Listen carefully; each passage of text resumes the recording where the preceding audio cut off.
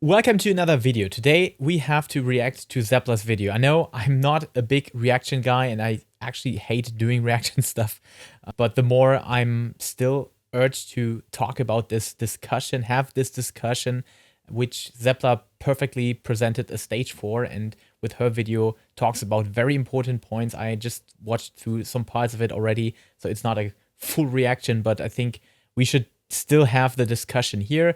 And of course, for more quality content, I already did the footage and recording for my top 10 most epic scholar weapons. So that's the last job we have been missing on that. So stick around for this on the weekend or slightly after the weekend. But yeah, this time we have to talk about Zepla feeling that Endwalker is the worst expansion she has played. So is that just something that content creators have to deal with because of how the game is kind of stagnant on YouTube? We don't have the big stage anymore because of the WoW players returning to World of Warcraft with Dragonflight.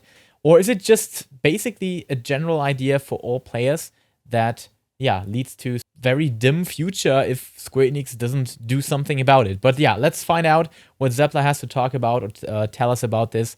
Hey Buns, today we need to talk about the Endwalker patches because look, this is a video that I wanted to make quite some time ago, but I myself actually got really burnt out for the first time in the entire time I've been playing these games, which is since 2015. Yeah, I guess we all have. I've been an active player ever since then, and it was the first time that I actually felt like I really needed to step away and take a breather, and I did. I did just that, because although I had thought about a lot of these things before, I was thinking, well, am I just being burnout? Am I being unfairly negative? Am I being a hater? So I took that break and I came back feeling refreshed and revitalized and in love with the game again, and I'm having fun again. I'm, working on my glams, I'm raiding, I'm doing the hunt trains, I've got my bluebird bow, which I love, and I can't wait to get the bunny staff. These are amazing. So looking forward to Dawn Trail, looking forward to the fan fest. Yeah, first of all, this is something I absolutely want to give some props to the devs. The tombstone gear is exceptional. I know we had the Deep Shadow stuff in Shadowbringers that was also very nice, and something that, yeah, we were kind of not used to having such a quality being laid onto the augmented or the normal stuff of the tombstone gear. So this is definitely something we have to give them props to. Not all weapons are awesome, but some of them definitely feel like a better version than the second stage of the Relic, in my opinion. In London, and overall, back in love with this game that means so much to me and is really home for me. But with all that said, looking back now with a much more clear mind, I think I definitely feel that the concerns that I had before, some of them definitely had real merit. And yes, I think it's not a coincidence that it's not just me, but almost everyone I know seems to be burnt out with FFXIV right now and just not logging into the game or raid logging or just completely disinterested and feeling like, well, there's so little pressure to log in and I could either log in now or maybe next year or maybe in 5 years, And so, yes, there's still one more patch, but we know exactly what is going to be in it because for better or for worse, this has been very, very predictable too. And yeah, I still don't know about the Hildram stuff and Mandeville weapons. They might have the final stage being something different than just tombstones. I'm not sure about that. It might be still a prediction, but it might be something else there. But we also get the 24-man Alliance raid, and we also get, of course, the final episode of the MSQ, which I'm really not that hyped about. I was thinking that the last tier or the last stages and last story chapters of the main scenario post 6.0 quests were a bit lacking, in my opinion. I'm seeing social groups sort of dissolve, and it sucks. I'm concerned about the state of the MMO. And although I'm not doomsaying, okay, don't get me wrong. I'm not out here like, oh, well, this is the end of FFXIV. It's all over. It's ruined. No, I'm not saying that. Okay. That's good. But what I am saying is that there are concerning signs, and I'm seeing less engagement from everyone I personally know. And then I thought, well, maybe it's just my group of people that I know. So I went on Twitter and I asked the question to do a vibe check of the community Be honest. How do you feel about the Endwalker patches? And I was honestly shocked by the number of people that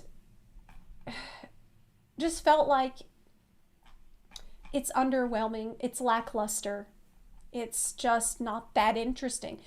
These are not people who are saying, it's terrible, I hate it, it sucks. Yeah. That's not really what I'm hearing that much. What I'm hearing is, it's mid. It's mid, It's yeah. fine. Yeah. I don't really care that much. I'm hearing apathy. Painfully I'm mid. hearing like, it's okay. And It's honestly, okay. that's not gonna cut it. Like, if we want to Yes. keep people playing this game long term, and I mean, this game strives to be better than WoW and be the MMO on the market right now. And being mid and being described by the player base as being it's okay, that's really not going to cut it. I'm completely honest here. I hope they have higher standards than at least what some parts of the community are recepting here. And I think it's mostly the players that already played the game for at least 2 expansions, or the last expansion at least. It's not so much about the new players, because new players have so much content to do still, because they just started the game, and starting into the game from just playing through the MSQ alone is so much content that you will definitely have a good vibe and good experience and adventure there. And it's quality content too. I think that's the biggest distinction between the post Endwalker stuff and some stuff in Shadowbringers, Stormblood, and Heavensward, and even Realm Reborn. It was basically everything there was quality content. And I feel like, especially from looking at the MSQ, this is not so much quality content anymore. And it has something to do with Final Fantasy XVI and the lack of, hey, we want to strive to be the best MMO on the market right now. They will do so. I hope so in the future. They did so earlier. And hopefully this will be at this point again. Because now, if it doesn't feel like Yoshida and the team are really pushing this game to what it could be. And have people to play with, I feel like the game is going to have to find ways to get more people excited about it and get more people happy, looking forward to log in. Oh, I can't wait to log in and play FXIV, because especially this year, I think what we're starting to see is that there are a ton of really quality games coming out, and they are, for better or worse, in competition for your time. Okay, to be fair, I think this is a bit biased here, because Zepla also ranged out to be a bit more of a variety streamer now on Twitch, and she has quite a decent success with that, or actually very good success with that, and that opens up for you as a content creator, hey, there are other games I can enjoy playing and also make some content of and make a living from. So that's definitely a bit biased, because to be absolutely fair, last year we had amazing games too. We had, for some people, Lost Ark, we had Elden Ring. There are a couple of games that really took people out of Final Fantasy and let them play the other games. We had Dragonflight. If you want to hear it or not, this was still a decent and solid expansion in my opinion, especially from the gameplay aspect and PvP and raiding. I heard very good feedback about that game. So I think this is a bit of a bias here. It's not just this year where great games come out. Last year was also very good, and Elden Ring for me was my highlight that took me out of the game, that I even tried to stream it on Twitch here. And it's wonderful that FXIV does not, pressure you so much to log in. Yes, that's awesome. It has never done that. But in the past expansions, we have, although the game hasn't been pressuring you too much to log in, there have been exciting things that we could all log in together to do, that people had reasons to do. Yes, it is normal for, after a patch has been out for a while, people to get burnt out and bored. It's normal for, at the end of an expansion's life cycle, for people to get, I'll just go do other stuff. That's okay. That always happens. But what I'm seeing is this happening soon after, like a week after a major patch comes out, or like I started to see this phenomenon after the first major patch of the whole expansion, 0.1 patch, 0.2 patch, 0.3 patch. This should not be as big of a phenomenon as it is so early on in the life cycle of the expansion. And so I'm worried. And we're going to talk about all the contributing factors. And if you're having a good time, good for you. I'm not going to tell you that you shouldn't be having fun. If you're having fun, great, keep at it. But yeah, that's something I want to talk about a bit about as well, because every time we release videos that are a bit more critical to the game and do raise some concerns about certain mechanics or how game development is going into certain departments of the game, that doesn't mean that you should not enjoy that. I, for myself, only play Final Fantasy XIV for the main and core gameplay concepts and elements. I'm not doing gold sauce. I'm not doing all the mini tasks and side activities that you can do in the game. And there are lots of these. It might be one of the best games that have these side activities, but it's just not what engages me with the game, because if that is something that keeps me playing, I will always log off and play another game. That's something I would never do, and I would never stick to side activities only if the main content is a bit dull, in my opinion. But of course, this is definitely something that kinda is a very subjective thing. This is an MMO, right? And we want people to be excited to log in. Absolutely. If they're not, then it's just not as good. It's not a single player game. 100%. It feels like they are trying to turn it into that. One thing I keep hearing from people is that, oh, I'm burnt out. But I don't think that's even the right word, because with burnout, you think normally that's when you do something so much, so often, every day, so hard and so long that you just get sick of it. And you can't think about it. You don't want to think about it anymore. You're tired of it. And it's such a relief to stop. But this isn't really what I'm seeing with people. If these are people that want to do something, it's more like how burnout is actually thought of in the car world, where you just sit there, you stay put, and you're spinning the wheels, but you're not going anywhere. Getting in the car, there's a lot of smoke. This car could be fun to drive at some that's point. Good. So that point is not right now, because you are stationary. Now, one thing that I'm really tired of hearing, and I think a lot of us are at this point just sick of hearing, is, well, Yoshi-P says that you can just go play other games. If you're not my happy God, with them, yes. Just go play other. Well, that's what I've been doing, okay? I played other games for 6 months. Yes, I'm glad I can play other games. I'm glad that FFXIV doesn't pressure me to the extent that World of Warcraft used to. But I think that these are two ends of the spectrum.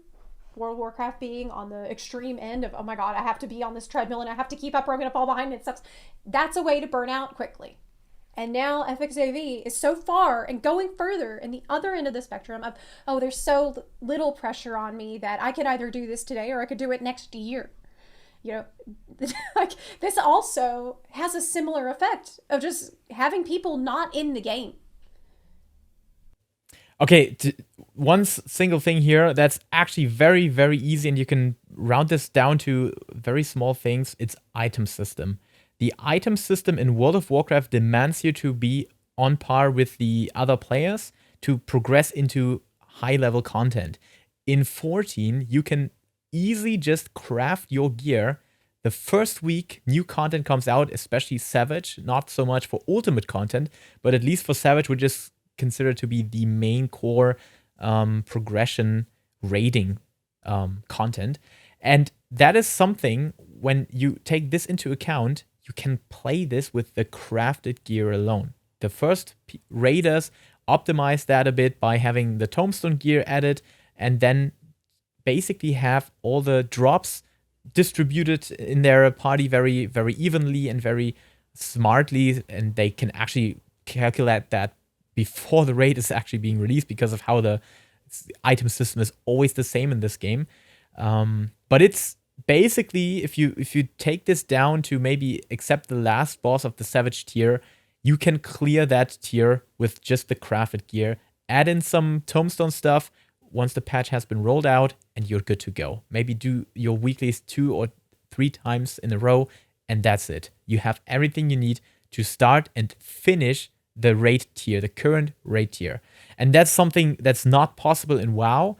And if they would address that, so they would introduce certain spots where new gear has been in between these spots, and also make content harder so that people cannot clear it in the first week maybe, or if it's not just all about the damage optimization, but it's really tough content instead, that would be a whole different topic. And then of course you would need to grind gear to make yourself the encounter more comfortable or make the challenge a bit easier to accomplish. So it's all about gear that pressures you to keep up to date, because also you have a community that kind of knows about this. And in 14, if somebody just dismisses you because of the lack of gear you have, it's something they are simply out of their mind. But if in WoW they have certain statistics and facts that kind of support this, keeping you out of their raid group because you just lack the gear and you didn't spend the time that is necessary to get into raiding because you're not having your mythic dungeon stuff, you don't have your relic weapon equivalent, whatever, leveled up or powered up. That's definitely something where these two have the different scale things and elements, but it's basically just the item system. That's everything where the pressure comes from. They're just not playing the game, ultimately. That's the end result. And this damages social groups. It damages the health of the game and the longevity of the game, because a lot of times people will go play other games and they just won't come back. That's the problem. Seeing FFXIV go down this path where people feel less and less motivated or interested or incentivized at all to log in at end game, I think that it's really helpful to listen. I cannot believe I'm saying to Ian Hazuko's. What? I stand by this. Yeah, but because he does explain really well why it is important to incentivize players somewhat to play the game that you're making. And this is from the interview that Mike from Preach Gaming had with Ian at Blizzard HQ about 6 months ago. And this particular part of the interview really stood out to me, because to me, I heard FFXIV all over this. Our goal is never habit in the sense of like you have to log in when you don't want to.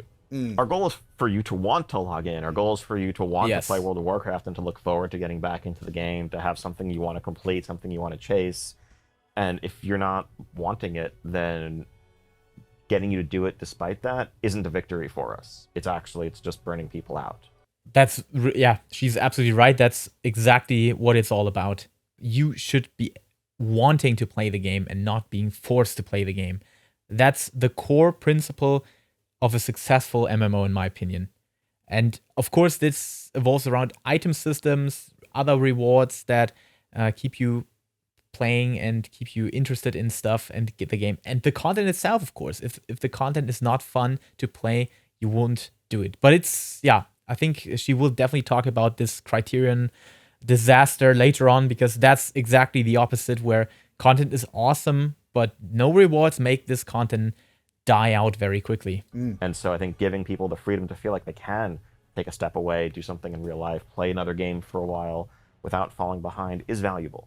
I think the one thing that we do worry about when it comes to sort of the raid logging phenomenon or people taking breaks is the social nature of the game, is sort of the critical mass of keeping a group together.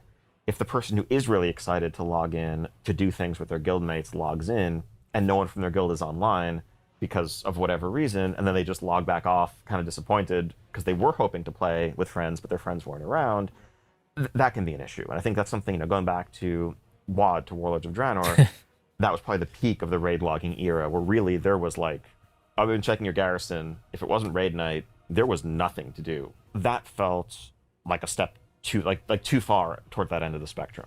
We joked around whenever Endwalker came out that, Island Sanctuary, that's going to be the garrison of Final Fantasy XIV. And we were... But it's worse. It's even worse. But we weren't. It is. It is actually... It feels a lot like the garrison. This expansion reminds me a lot of Warlords of Draenor, which sucks, because I quit World of Warcraft during Warlords of Draenor. Now, it's not as bad. It's not anywhere near as bad. But I'm sensing a lot of the same vibes of like loneliness, and like I'm not even in an MMO anymore. One of the biggest reasons why Endwalker has felt pretty lonely and isolating in the same ways that Warlords of Draenor felt to me all those years ago is the lack of an exploration zone, the lack of anything like Bajra or Eureka or Zadnor. We just don't have that, and there's nothing added to the game that could even remotely replace that. And it's not even so much about like, oh, well, I just love farming fates in Basha. I just love hunting down little items that has a tiny drop rate. And it's not really even so much about the specific things there was to do in Basha. Yeah, I can give you a personal opinion about this exact topic, because I feel like it was not all about actually taking part in this content, but having it available. Having it there gave the game a bit more of a feeling to be lively and be something that people are engaging. And yeah, you are just basically not playing it and missing out on stuff, but it's there. People are engaging in that content, and you could always do so as well. I personally haven't played through Bosja and Zatnor to the finish in Shadowbringers, but I always had this like, I need to do it at some point. I want to do it. That was the big part here, because I didn't need to, because Endwalker will replace all my gear and I don't have to get this for raiding or anything like that. But I want to do that for my relics and stuff. And this is not here at the moment. And we had this for 2 expansions to be a very core concept of keeping content drought away and doing something against content drought. And this is just not here right now. Farming tomestones is not on the same level of being able to help out with that. I mean, it's more casual friendly, and it will stay more relevant in the future, because Bosja is basically dead now. Eureka is really tough to get into, when especially talking about the last zones and all that stuff. But I don't know. I think on the other hand of the spectrum, it's really tough to decide which is better for the longevity of the game. And in my opinion, it's having the idea and feeling that the game is still being played by many people, and there's a core content that is serving to consume that content drought phase, which is a natural process of every game in between the raid patches and big content patches. It's about the vibe of Eureka and Basha. It's about being in a zone filled with tons of other players that reminds you that you're in an MMO. Exactly. That there's a lot of people playing the same game as you, and it's really exciting, and we're all happy to be there for different reasons. Like, you might be in Bosja because you're leveling, or because you're working on a relic, or because you're doing duels, or because you're collecting mounts, or because you're farming gil, or you're doing cluster farming. There's a ton of different reasons why all kinds of different people would meet in these places. And you might meet people that you wouldn't have known otherwise. You might meet people that were strangers to you before, but you have shared this common purpose, and then you meet more often, and that's how you make friends in the game. That's one of the beautiful things about an MMO. But with the content that they're releasing now, which is like solo stuff and small group stuff, you're usually going in there with people you know or alone. And it sucks, because it's like, where else can you even show off your mount to other players in the game? Like, you can't do it in the city. Bosja was the place to do that. It's the place where everyone is. It's the place that's happening, that makes you feel like, oh, there's something cool going on and everybody else is doing it and I can't wait to be there with them. That's the heart and soul of an MMO. And without that, it just feels really, really empty, frankly. And I definitely feel like the lack of a place like that, where everyone is, that feels like it's popping off, like this is the place to be. Yeah, like I said. It might contribute to, or even be, a self-fulfilling prophecy where you get it into your head, well, I barely see anyone else, and so this game is dead, right? Of course, that is going to be reinforced if you're not doing anything. You're not called to do anything where you can actually see tons of other players around. I've been finding myself happy to see lots of people standing around the Aetheryte.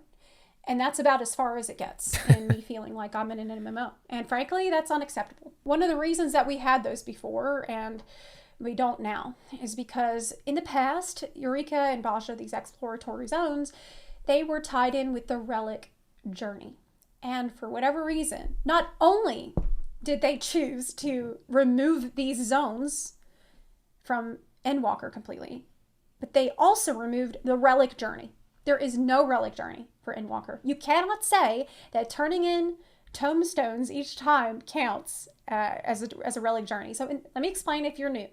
In the past, in every other expansion of Final Fantasy XIV ever, the relic has been a very special weapon that has been a journey for you to get. Now, usually you complete it in stages, each stage becoming increasingly more cool looking, shiny. It transforms over time. Yeah, it differs. And with each stage, you need to go grind some materials. You need to go, I don't know, farm fates, maybe do some dungeon or whatever to get the materials you need to upgrade it to the next stage. And so it's this long process. It's meant to cover the entire expansion, and it really is casual content, because at the very, very end of it, very end of the expansion, then you have a pretty good weapon. And it's a sparkly weapon, and it shows that you had dedication and you had patience. So it's a great way for a casual player who maybe doesn't want to raid to get a really cool weapon that they can be proud of, that shows they were committed to this. And it's something to be proud of for sure. It always has been.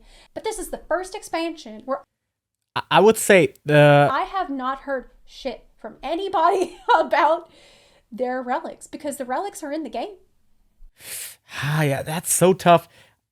I feel like this is also, again, another bias, because Zepla was grinding down Final Fantasy XIV for every time before Endwalker. She was always playing that game. She was streaming that game. She was hanging out with her friends and her community. And I feel like this is one of the parts that's just on her personal experience here. But on my my experience added to that, I feel like what she said about the distinct feeling of accomplishment that you had by getting your relic weapon, that is just so much reduced now. If you just round it down to one single relic weapon, which is a tough challenge in the old Heavensward even. Of course, if you now have the catch-up system, if you watch my video that you can literally do this in 3 hours if you plan your poetic stuff in advance, it's still a grind. And now, yeah, getting your recent and current relic weapon to the stage that we're in, the third stage actually, and I don't know what the fourth stage will look like, but it doesn't feel anywhere as close as an accomplishment. And I think the distinction between the relics and Savage Gear is that the normal player that doesn't raid and still plays the game and still has some contribution of playtime to the game has something that they can still show off. Like, hey, look at this relic weapon. I grinded this game for it. I played this game for a long, long time. And now, of course, I know why some people do love the Endwalker version, because you don't have to go into Bozja and Eureka, because that's more content that is in line with raiding. You have to set up parties, you have to communicate, you have to get to a certain difficulty level, actually, because yeah, if you look at the Bozja and Zepla raids, they were kind of difficult. Eureka, even, that the whole zone was dangerous and you could down level, and it was really something that you had to work yourself into, and now it's gone. But I feel like we should at least have something like in Heavensward or Realm Reborn that granted the access, or granted you the idea and feeling that if you earned this relic, you worked for it. You worked for it. It's not that I don't want tombstones or anything, but something that shows you worked for it. You can easily get one relic for one single job in 1 or 2 days here. And that's not possible in Realm Reborn. And it feels more like an active, I do my relic now, than just, oh, I'm doing my dailies like I do every day, and in the process of doing them, I get my relic. And I think that's the side dish nature of the relic now is the problem here. And it does have some positives as well, of course. I don't want to deny that, but it feels like we don't have this as a focus, and also don't have the exploratory zone. So we're lacking 2 aspects that we had in Shadowbringers and Stormblood. And of course, this leads to the conclusion that the game feels a bit dull compared to the previous expansions. The relics are still in the game for Endwalker.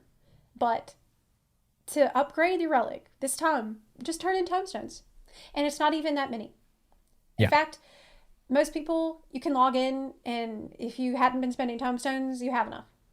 And that's it. It's literally a tombstone weapon. There's no cool, like, there's no process really to get less than 3 times your cap. They just removed that completely. Why? Why did they do this? I do not understand. We have tombstone weapons already. Why do we need another worse tombstone weapon? I am truly baffled by this decision by them to get rid of this thing that also served the very important purpose of keeping people engaged with the game a lot between patches. It's the thing that, like, it gave you something to do between patches. For example, exactly. I think it was at the end of Stormblood where there was a big content drought, like a giant one.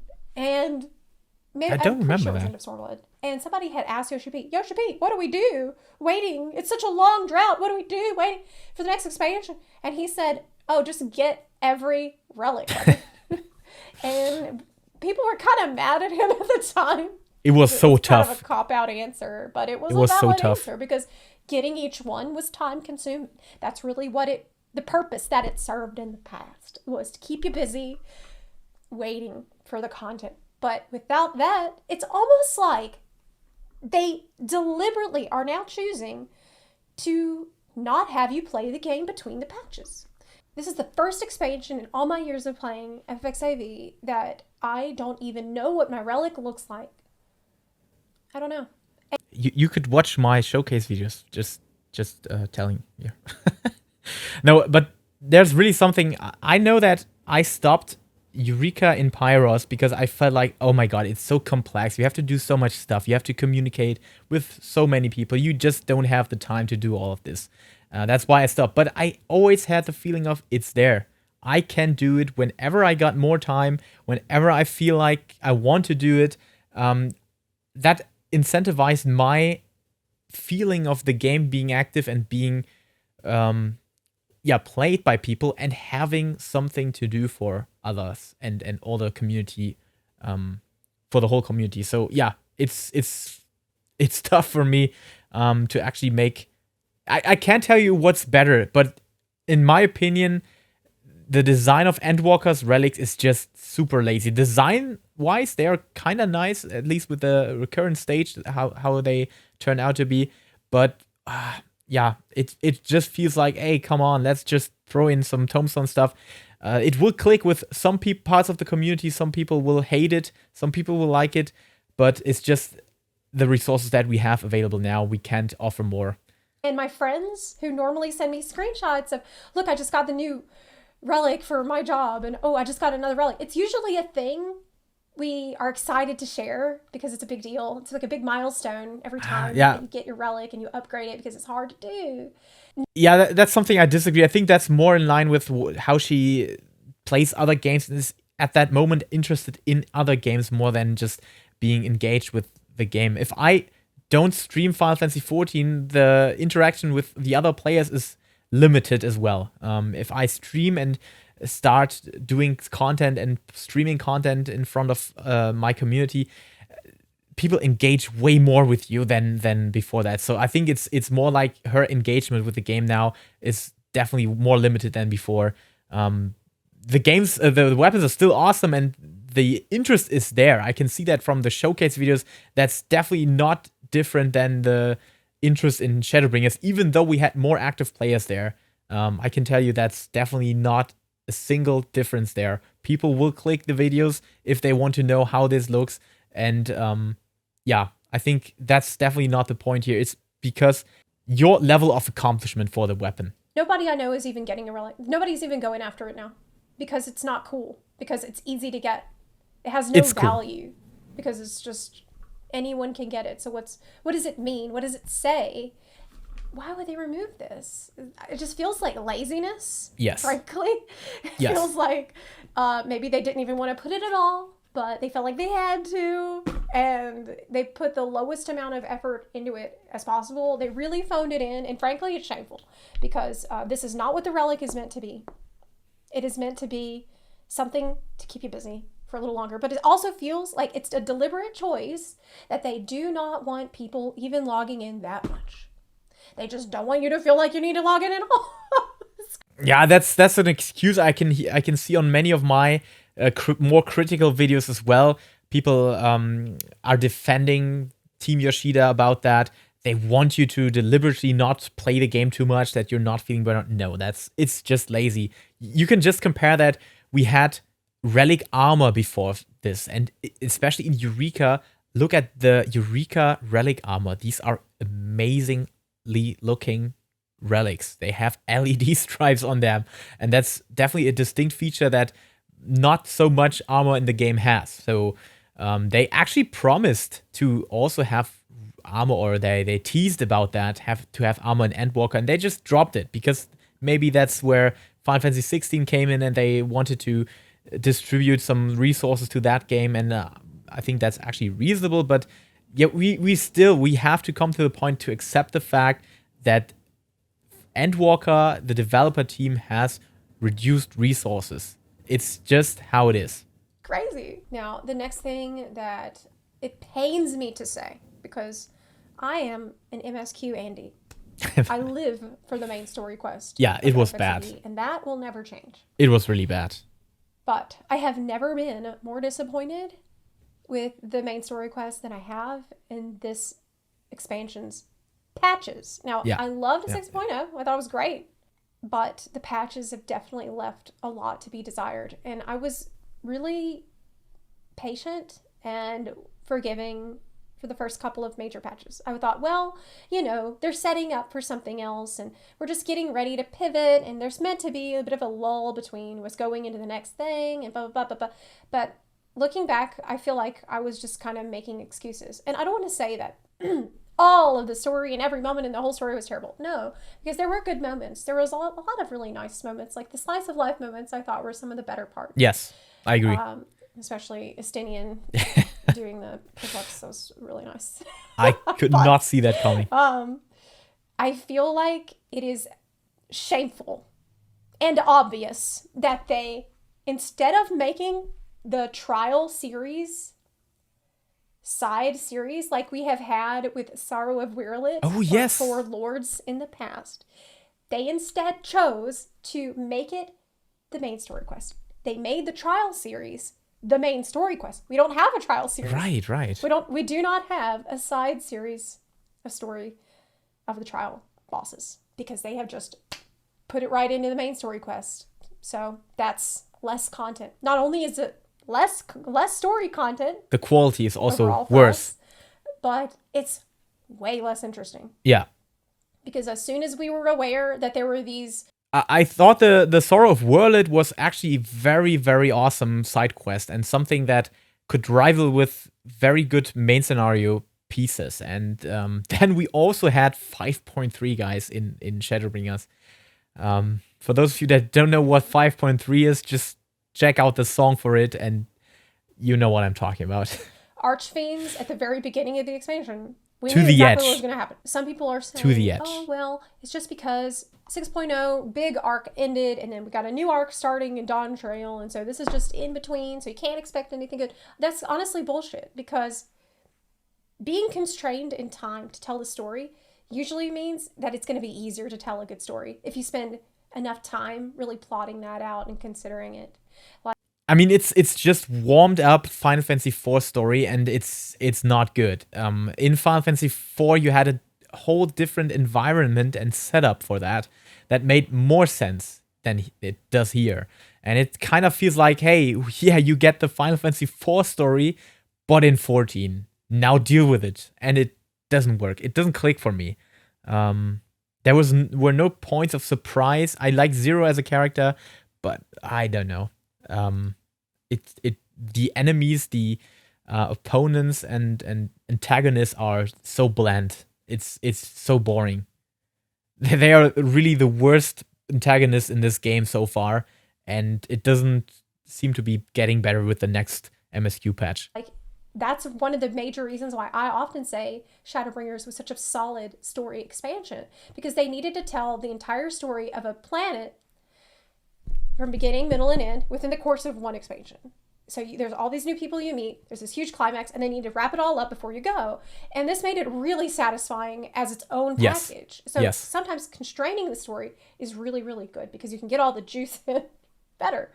But it feels like oh man, exactly. Really took a lazy path, to be quite frank. And they decided, oh, well, won't it be so convenient for us to just do callbacks to huge story moments in FF4, try to recreate those, And a lot of times it felt forced, and it felt like we're just artificially trying to recreate this moment from FF4. Exactly. I found that to be... It's not even callbacks. It's a simple copy. They just copy it, and it doesn't work. It doesn't work at all. Very frustrating.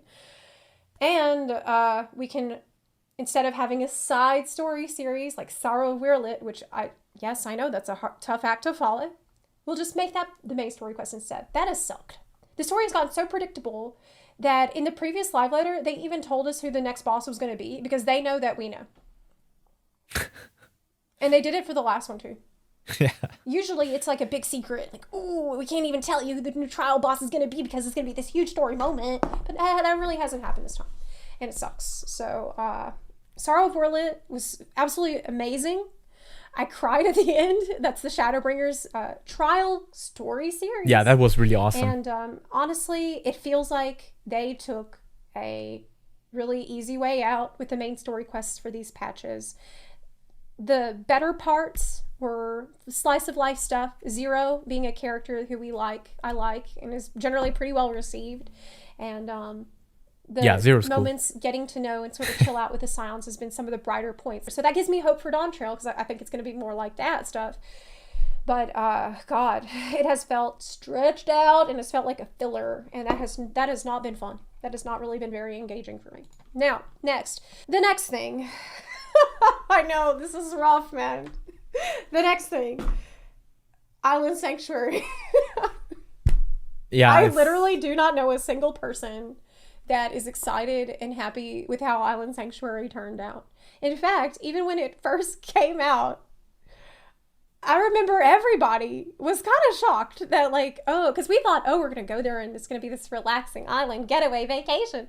And we get there and it's a fucking management sim spreadsheet thing where you need to assign work schedules to all the little robots, and it's just like, what? I mean, okay, to be fair, I think this is just something that the Western community doesn't want to do. Maybe some Japanese players have fun in this, because I feel like this is more popular in Eastern regions and all that stuff, because they kind of want to reflect on how they are the boss commanding people around. I don't know. It's just something that never clicked with me. That I saw that on I think Mione's playthrough on the first, and Cole's playthrough on the first release of the Island Sanctuary, and I was like, okay, this is not gonna cut it for me. I'm not playing this, even though I really like the hot pants that you could get on the first tier. I can't do that. I can't waste my time. It's really, I feel like this is wasting of time. Sorry, if you enjoy that, keep doing it, but for me it feels like a waste of time, and I'm not going to do that at any point, even if they get the best looking outfit that this game ever had to offer. No way. The general reaction was, wait, we're here to work? Yeah. Yes. This isn't what I expected at all. You're there by yourself. There's really no reason to go to someone else's give work orders.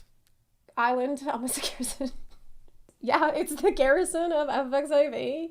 Only, honestly, less fun. Yeah, it's worse. It's worse. It's less interesting. It seems worse. It seems worse.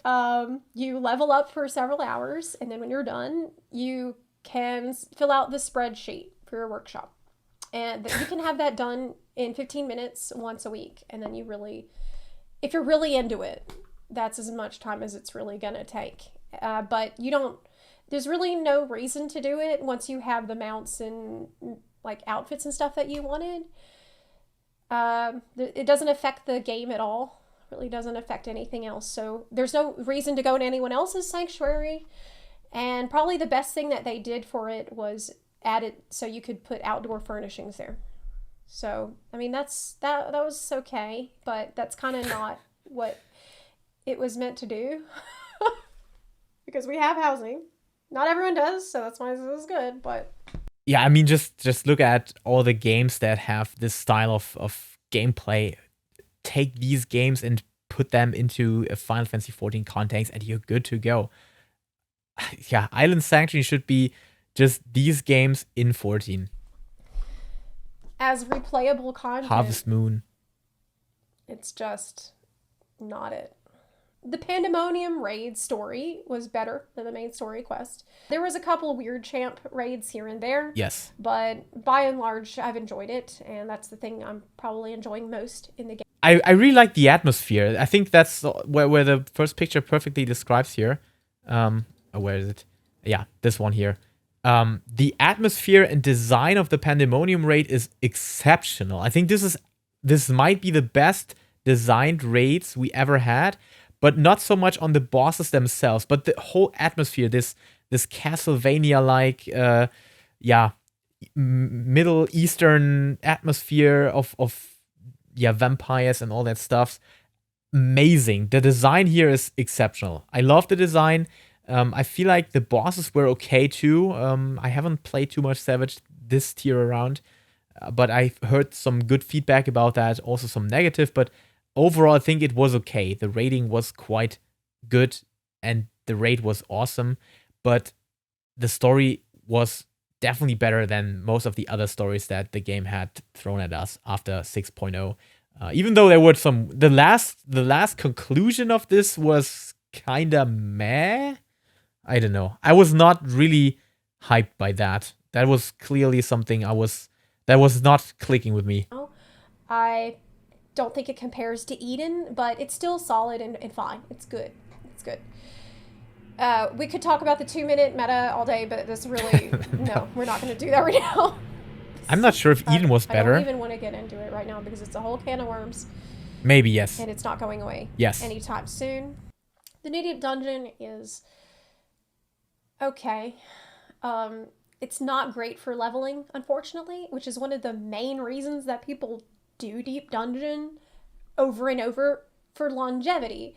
For replayability, you might notice a trend here where just the replayability is not a thing.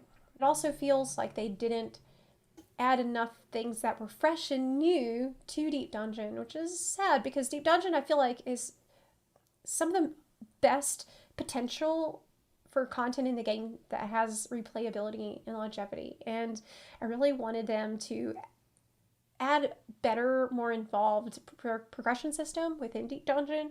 Like, I don't know. I feel like Deep Dungeon's biggest problem, to me at least, is that you don't really get a fight in the usual environment with your rotation, with your classes and jobs, traits and abilities, but you're just trying to dodge traps, you're trying to optimize very quick access to your rotation and to big attacks, and then you have the boss fight that's all about, hey, did you do everything right to that point, and then you do your rotation. I feel like Deep Dungeon's wasted potential is basically because of how it's designed and calls for your action as a certain job, playing through as a certain job, because you're mostly just running and clicking the basic attacks that every job has access to. You're not doing your rotation, you're not doing the whole plethora of your skills using that. I feel like it's just the design of it makes the gameplay not so much fun to play and engage with than the other forms of content do. But I think the rewards are kind of okay and fine, even though the Inaritas and Author's weapons weren't the coolest looking. Even it's some exceptions are there, and some of them I really like. But I think it's not the rewards. It's just that Deep Dungeon's core system doesn't click for me, and I think I'm not the only person. So it gets boring very, very quickly because it's just a dodging traps and walking through stages very smartly simulator. And they should actually also engage more with the community that is trying to solve that to a certain point and give ranks. Like, they should actually take this with a form of Nephilim portal system of Diablo. Like, you can do that in a quicker time and you can reach further stages, but also quicker than other players are, and have a real ranking system behind it. And maybe have also a gearing up system inside of this, just for Deep Dungeon. It's just not that you level up your ether pool or your author's gear for that regard, because that's something you do automatically. You don't do something about it. You just get some treasure chests, upgrade that automatically, and move on. It's not something you actively do. I don't even know one. Make it more of a roguelite. I wish they would just be a little bit more creative with it. Yeah. Because right now I just don't know anyone that's interested in it. Leveling up at it, your ether pool armor is really a pain in the ass, and it feels like it's not worth it because it doesn't really affect anything. Yes. The rewards aren't really there to incentivize people to do it too. But in terms of content that has come out in this expansion, I'd say Deep Dungeon is all right. Like it's not that bad. It's one of the better ones. This is the most tragic case though. Variant and Criterion. Yes. Because absolutely. The content is good. Everybody agrees the content is good. The fights are well designed. It's innovative. It's fresh. It's like, oh, you got to think about how you're going to pull the mobs around. And that has been a breath of fresh air, that they have tried to do something new and different. Let me tell you one thing, and I know that some people don't want to hear it, but the reason why people are still playing way more Mythic Plus dungeons in World of Warcraft, even though they hate it, everybody hates it from one point to the other, sometimes more or less, but the reason why they still play it is because you get improvements for your character. And I can't wrap my mind around this, why Square Enix refuses to give you at least a credential, a very mild and slight upgrade to your current gear situation from the crafted and maybe pentamelod crafted stuff or tombstone gear to the raid gear. Please, Square Enix, if you want to make this game more interesting and keep players active, I know some people love the simple nature of the gearing system in this game, but if you just step up to one additional range of gear, that would heal content. So much content. PvP content. Criterion and variant dungeons, and maybe even some sort of the deep dungeon stuff. You could implement that in there as well. Give characters a credential upgrade before Savage, but slightly beyond the just normal tombstone gear, and they will do that content. Believe me, I have played MMOs for more than 20 years now. They will do that content if just their progress on their character is being amplified by doing it. It's so simple. It's really not a big, oh, how can we make this more attractive? Just put some more gear ranges and levels in between the normal ones that you already have. Put Savage at the top, put maybe the upgraded tombstone gear a bit below, not just 5 item level, even just 2 or 3 item levels. And then give something in these in-between steps there, like something that's 5 item levels below the upgraded tombstone gear, but 5 item levels higher than the normal one. So that people, hey, look at my gear. I grinded down the whole Criterion and Savage Criterion stuff, and now I'm very powerful. I'm more powerful than the normal casualist that just plays their dailies and weekly stuff, and I have something to offer for my raid party to take me over that. Of course, this has negatives, but I feel like the negatives should be outweighed by motivation to play content, in all honesty. But it's like they take half measures with innovation. They're afraid to risk too much, change up the formula Absolutely. Too much. Yes. It seems like they were terrified to add in. Too much? They haven't changed it at all. Except for Crystalline Conflict, the formula is 100% the same from what we have in the game, what we can get in the game gear-wise. It's just how you get the gear.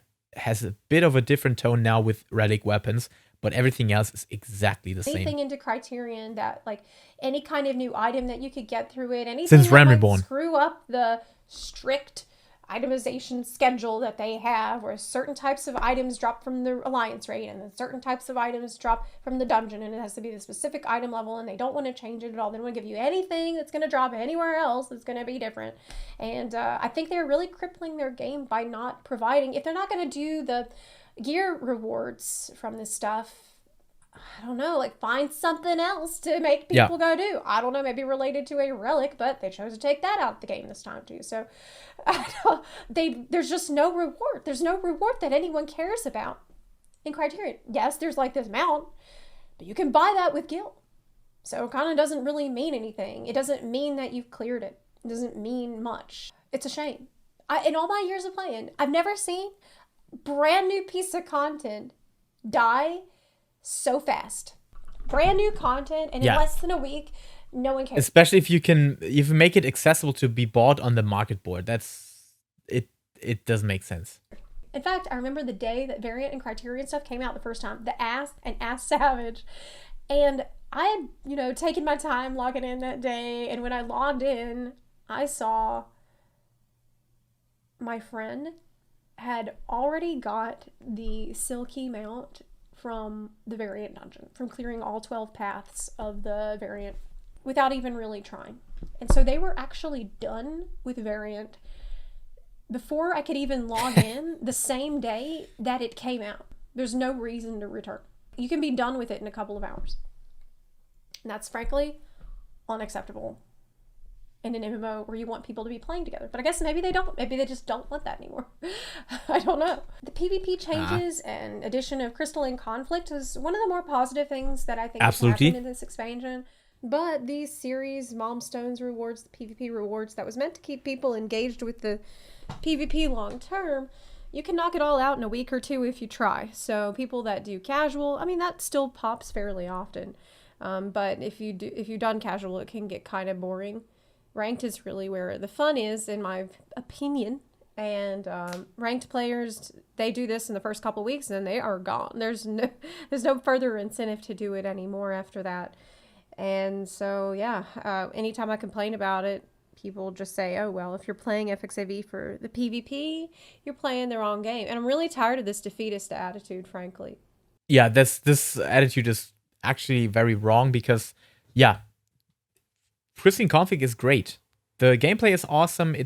We have the problem with the lag or the delay that this game is still having issues with, and I don't know how they can fix it with the engine, but it really stands out to me that it depends on the series reward level 25 reward if people play the game or not. And this time it sucks. It sucks ass.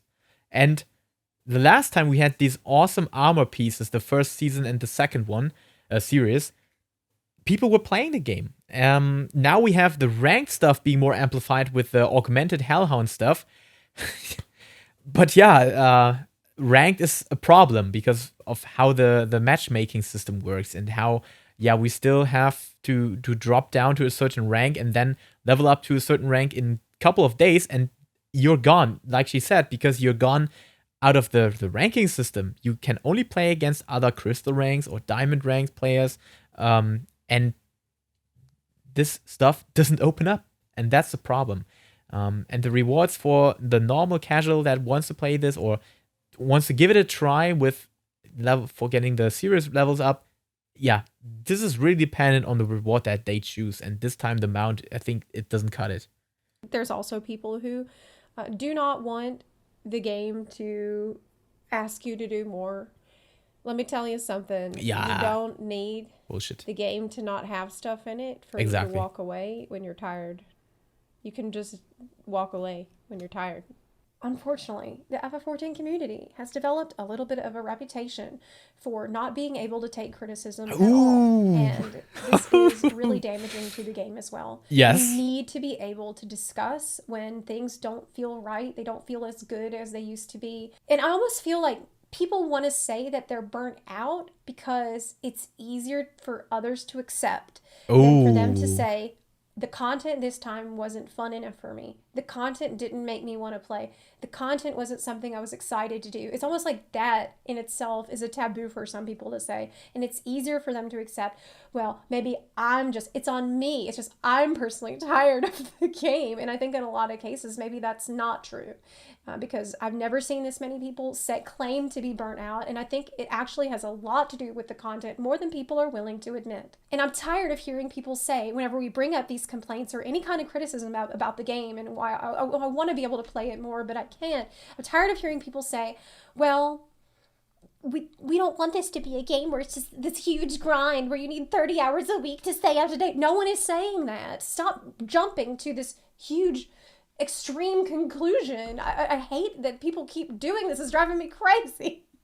Like, just because I say that I would like a very light, the lightest possible pressure to please maybe log in today or this month, that doesn't mean I want to go full balls to the wall, Shadowlands, renown grinds. I don't want that.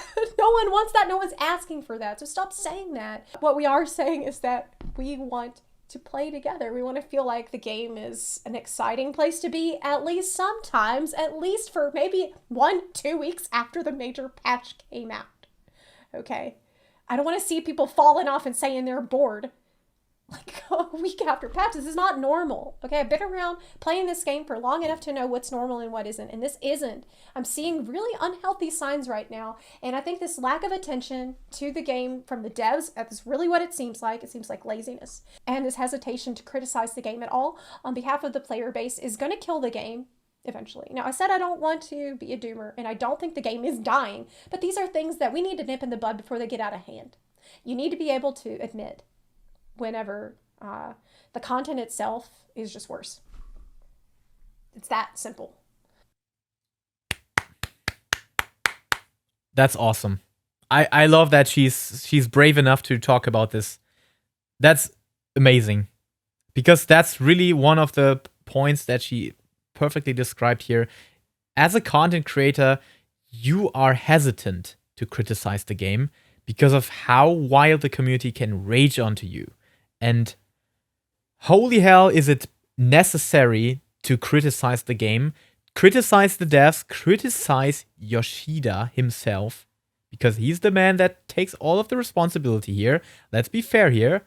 He's taking out the shit and the good stuff on him. And if we don't shit on him when he deserves to, this game will be stale and drive into something that, only if you're talking critically about something, you can improve it, right? We can't expect the game to be always great, always Shadowbringers peak quality if, we just keep going with the same formula always. And if when talking about we, I talk about Square Enix because we can't change it. We don't have any power over that. We're not comfortable with that in this community because usually every expansion is like the goose laying the golden egg. It's usually pretty damn good. Yeah. And I'm willing to accept that it's impossible for any game to keep your attention nonstop all the time. That's not what we're asking for either. But what I do want is to not see most of my friends say things like, well, I guess I'll just come back in Dawn Trail. Now, some people are saying, oh, well, it's just because they were so busy working on an FF16 that they had to cut some corners here. I don't know if that's true, and frankly, I don't care. Because the fact is, a lot of people are saying it. And if a lot of people feel that way, then it's unacceptable. Maybe Yoshi-P's attention has been divided. I mean, he is on the board of directors. He tried to get off it, and they won't let him for some reason. He had been working on FF16, and he's trying to do direct producer of FF14. Wait. I just feel like it's too much. Let's check this again. Naoki Yoshida tried to quit Square's board of directors, but the company wouldn't let him. I recently tried to quit that work, but the company didn't agree with it. I don't want to be in the board. It's much more fun to just make games. He doesn't understand colleagues who want to enter the board. They probably just want to make a ton of money, but you can also just do that as a game developer. Okay, Yoshida has been part of the board of directors since the 14th game has been successful, which he doesn't like as much. Wow, okay. Yeah. I don't think that's all on him. Let's be real here. It's more like the whole team. But the whole team has worked on 16. All the people responsible for the greatness of 14 have worked on 16. I mean, if you can't see some problems there, I can't help you.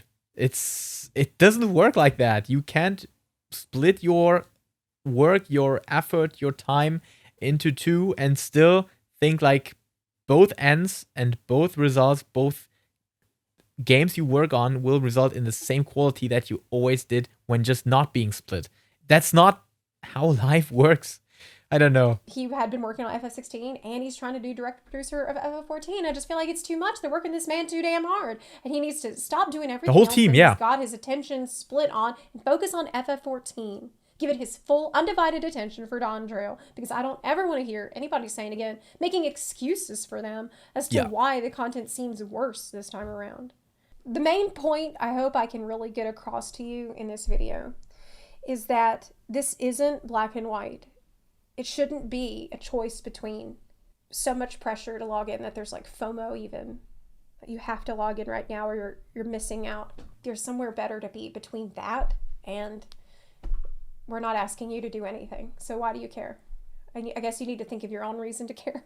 And most people don't, because they're constantly being barraged on all sides by a million other games that are working very hard to give them lots of reasons to care about logging into those other games. And people have a limited amount of time. And I'm sorry to say, but FFXIV needs to fight a little harder for people's time and not take it for granted that people will just always come back and always play. Oh, yes. Like, yes, maybe they will for the expansions, 100%. but what about the rest of the time? One thing I would say also as another little addendum, DSR was probably the best experience I've ever had in gaming. Clearing DSR, the ultimate raid that came out in Endwalker, was the most fun I've ever had in a game, period. It was phenomenal. It showed me just how amazing battle content in FFXIV can be. It showed me that the game can be so thrilling and so engaging and so exciting when the battle content is designed around what you need to do and keeps you like invested and engaged and like your choices matter. And that was so incredible for me. And so I know how good the game can be. And maybe because of that experience, I continue to set a very high standard for it. And I want them to do the same. Now that the sad truth about this is we perfectly know that the developers of Ultimate content have nothing to do with Final Fantasy XVI, or at least they're not working on both games, because that's a whole different topic. Designing an MMO fight, designing fights in another game, in a single player game, it's a whole different topic. So that's why the quality of Ultimate content is actually on the same level or even better than before. I mean, I think DSR, Zepla is not the only person that hyped this, and I have seen so much good feedback about that. Top, not so much in that regard because of how difficult it was and how it was kind of unclearable without tools. Even Xeem said so I'm believing in this. I haven't tested it for myself, but yeah, it does make sense. So still the quality was still on par and still good. And I was feeling like this was because there are no resources being put to another game in that time. And if you played Final Fantasy XVI, I, by the way, have played through Final Fantasy XVI. I finished that game.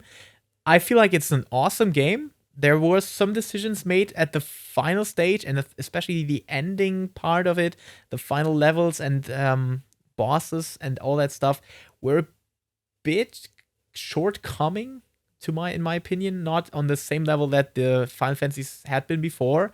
But the game is still great single-player game, and definitely among the better Final Fantasy titles. Not like the Golden Age and Golden Era, maybe, but it could have been.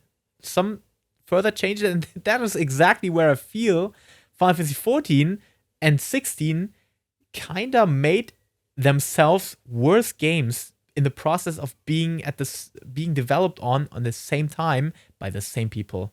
And that's really the harsh truth and the sad truth, because we know we would not just have a break of 14 for 2 years or 3 years to have a complete 16 that is awesome, that is just the best Final Fantasy, or could have been the best Final Fantasy, but then afterwards have also the Endwalker expansion being the best expansion. We could not stand this. Let's be real, let's be honest to ourselves. We would have the same criticism or even worse criticism that we have now if these resources have been split. So maybe it might just be the necessary decision they have made and they know they need to make, because there is no other solution around. Is not actually all I have to say about this topic. But the next part of this discussion is about the casual experience, and that's going to be my next video, because what I've noticed is, seems like some people like to say, oh, well, it's all for the casuals. They're just dumbing down the game for the casuals. Nah. And I got news for you. The casual experience is really suffering as well. And so I'm going to be talking about that in the next video. And I know some of y'all are not going to be happy that I made a negative video or critical video. But the next one is also going to be pointing out things that could be improved. But I really hope that you can get real comfortable real fast with constructive criticism of the game. We need this. We all need to get real cool about it real quick if we want this game to really thrive, because we need to hear from all sides. We need to hear from all perspectives. And I can hear the canary in the coal mine is what I'm saying. And I want positive change. And so we're never going to get that if we just plug our ears and close our eyes and act like, oh, everything's perfect all the time. That's stupid. Okay, well, thank you so much for watching. I'll see you in the next one. Please tell me about your thoughts on the Endwalker patches. Have you been spending this time putting 200 hours into Baldur's Gate 3 like I have and so many other people have? Is there like, what other games are you playing? Or maybe you're still going through the story, or maybe you have found things to do in the game. You've created your own self-directed goals that have kept you entertained. If so, please let me know all about that in the comment section down below. Again, I want to reiterate that many people are having fun with the expansion. It's not like the worst game ever. It's not like it's horrible now. I would never say that, and I don't believe that. There have been good things. But FFXIV is a game that has set a very high bar across all of its expansions. And I've been playing for a long time, keeping up to date with every story, every major patch. And this one has felt different. Okay, it's felt worse, frankly. So yeah. Thanks again for watching. If you like this video, please consider supporting the channel on Patreon or on Twitch. You can also support the channel for free by clicking the subscribe button or by sharing this video with your fellow warriors of light. Thank you so much for watching, and I'll see you next time. Bye. All right. Okay, guys. Yeah, to quickly sum this up, let's just have this screen here again. In my opinion, the core principle or the core concept of why Endwalker is being interpreted or seen by many people as a worse expansion than the ones before is, of course, the first contributing factor is how awesome these past expansions were. The bar that Zepla talked about is very high, and they kind of just set it down a bit. It might be Final Fantasy XVI's split development resources that they had to take into this mix and into consideration. It might be because they just, hey, it's normal process. Sometimes you just run out of ideas. Being a content creator, being a musician, being an artist, holy hell, that's the natural process. I mean, who of you doesn't have a band that they listen to and they think like, oh man, they dropped the ball on this album.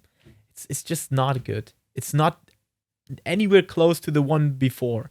And then afterwards, maybe the second or the album after that is awesome again. And that's something I'm hoping for this game too. It might be more contributing factors, like they kind of just settled the bar a bit lower because of how they knew about the 16 situation, and they knew about how they can set the high standard again, because that's a natural process. They were really high with the Shadowbringers expansion and the Endwalker main story quest, and they kind of just had something of, okay, let's take it easy. Let's take it easy. Let's just take 2 years of easy patches of an easy game that will work, that we put in some minimal effort, but it still feels like Final Fantasy XIV, and it does. Let's just keep that at one point. It still feels like Final Fantasy XIV. And it's a great thing if you know you haven't played the game yet, and you still have all of this quality content up to the point of Endwalker 6.0 to experience for yourself. And that's all I can tell you guys, all the ones that haven't played this game yet. If you watch this video to this point and listen to Zepla's long-time experience and maybe my long-time experience, this game has so much to offer if you haven't played it. Endwalker might not rival the other expansions on the quality side. There are a couple of additions that are nice, like Crystalline Conflict. The gameplay is still fine, I think, and design-wise, Relics and all the other gear is decent. It's solid. It's not anything I would worry about. And of course, the ultimate raids, which are the most core and highest valuable content for the hardcore raiders and the community that wants to raid and take all their effort and power to get into raiding and have fun with it. This expansion hasn't disappointed on that regard. It's an awesome expansion for ultimate raiders, in at least what I have heard.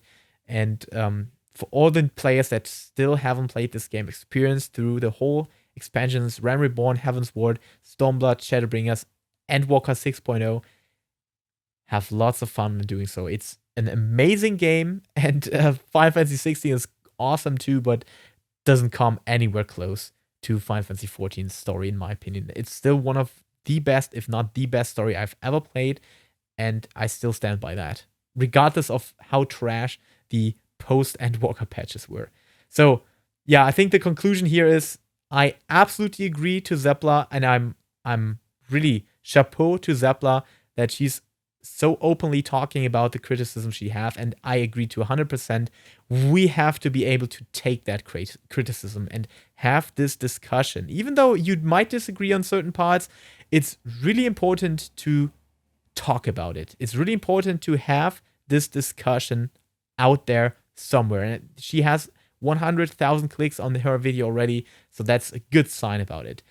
Square Enix needs to see this video or my reaction, whatever, and know that the game is in a situation that we know that they drop the bar of quality to a certain degree, and that we are aware of that fact, and that we want this game to strive to higher standards for them and for us.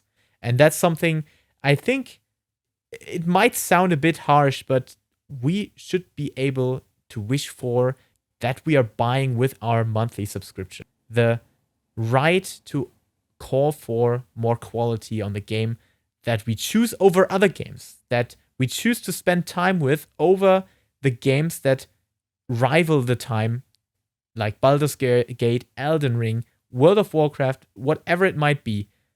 We still play the game, and whenever that we do, we have some rights to talk about it and criticize it. And that's, I think, the core principle of this video, and something if you can stand by, you should definitely reach that point of being able to take criticism for the game, because we love the game. We want it to become better. That's why we criticize it.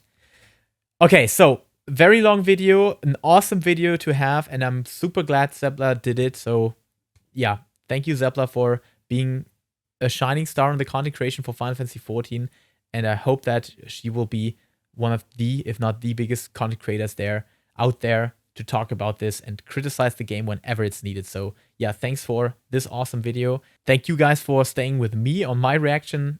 Hope for the best for Final Fantasy XIV, and if hope is not enough, try to criticize it with the others as well, or talk about points that you would see and love to have addressed, or that you have good ideas how to improve certain things. I think that's also something Square Enix might want to have, like people talking about certain specifics of the game and how you can improve that, more ideas how you can improve that. And maybe they just run out of ideas for certain parts, or a new storyline. I don't know if you can outline this and they read your comments somewhere and say like, that's it. Okay, so a very long video, sorry for that, but thank you so much for watching. Have a wonderful weekend, and enjoy the content that you still have in the game or not, and then go to other games and enjoy that content. So until next time, stay safe, stay healthy, and keep loving Final Fantasy.